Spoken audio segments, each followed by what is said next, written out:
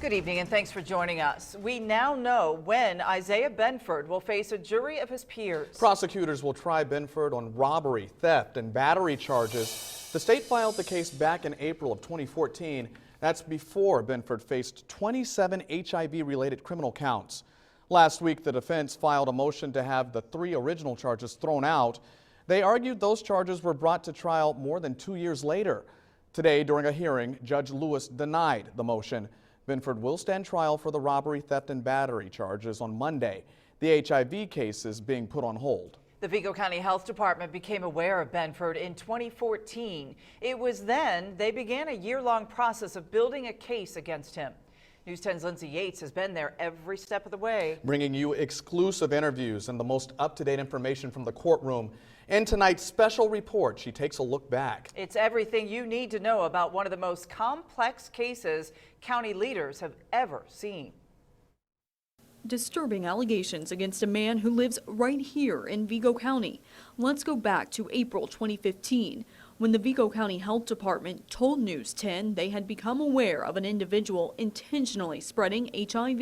And you taunt people that you've infected and tell them after the fact that you've given it to them, then it needs to be stopped. Isiah Benford went unnoticed for nearly a decade, apparently free to infect others. You might be asking why. The State Department of Health failed to notify Vigo County. We'll do everything within our powers to stop that person and to stop anyone else that knowingly harms others. Efforts finally paid off. Over the next several months, more alleged victims came forward. In total, Benford faces 27 criminal counts, ranging from aggravated battery to failure to warn his partners that he is HIV positive. Definitely unusual. Yeah, I mean, in my almost 9 years, I haven't seen, anything quite like this. For one local woman, that nightmare is her reality. In September 2015, an alleged victim sat down with News 10 while wanting to keep her identity private. She bravely leads the charge for justice. To show him the fun and games have stopped. You cannot keep playing God. You are not God.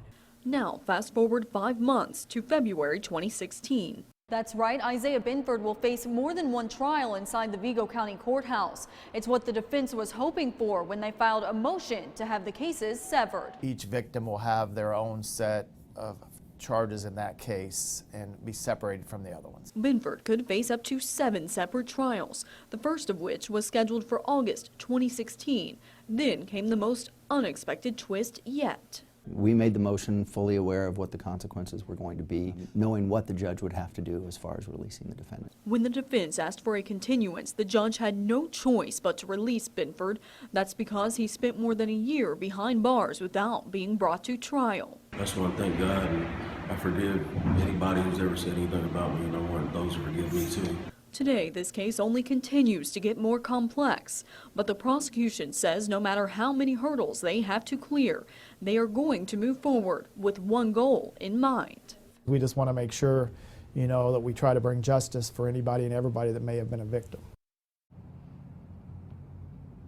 To bring everyone up to speed, Benford is here inside the Vigo County Jail. He turned himself in last week on yet another set of charges. He now also faces 2 counts of intimidation.